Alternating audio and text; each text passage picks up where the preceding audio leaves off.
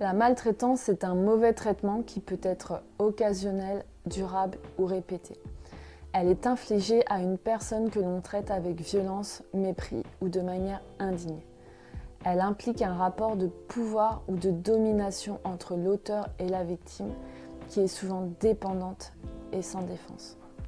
Une définition donnée par le Conseil de l'Europe est la suivante.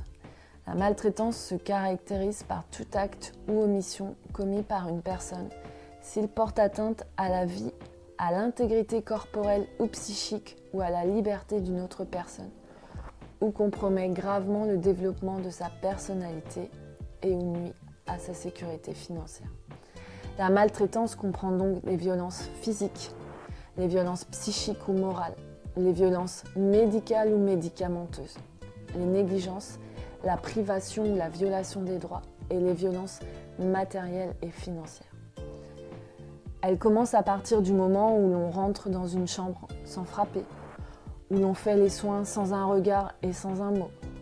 C'est également l'infantilisation de personnes adultes, le tutoiement systématique, le personnel qui discute ou écoute la radio pendant les soins par exemple.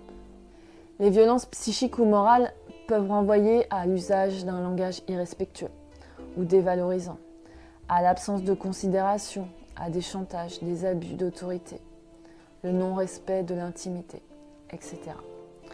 Tout le monde peut craquer, mais avant de basculer dans la maltraitance, il faut savoir s'extraire à temps de la situation et se faire remplacer. Les maltraitances se produisent généralement sur des personnes âgées, des enfants et des personnes en situation de handicap. Il est donc question de personnes vulnérables sur lesquelles la maltraitance est plus à même de se produire du fait de leur fragilité. Se pose donc la question de savoir comment un professionnel peut devenir maltraitant et dans quelles conditions ces attitudes peuvent apparaître. Pour répondre à ces interrogations, il convient d'aborder la bientraitance. La bientraitance est une démarche globale dans la prise en charge de l'usager et de l'accueil de son entourage, qui vise à promouvoir le respect de ses droits et de ses libertés, son écoute et ses besoins, tout en prévenant la maltraitance. La bientraitance est donc une manière d'être qui induit le fait d'agir envers quelqu'un de manière orientée vers une qualité de prise en charge. C'est à la fois écouter, prendre soin et questionner ses propres représentations.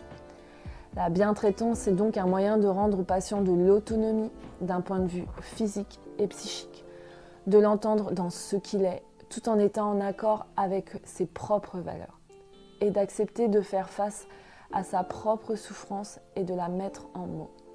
C'est également un mot, une intonation, un regard, un sourire, une main sur la main.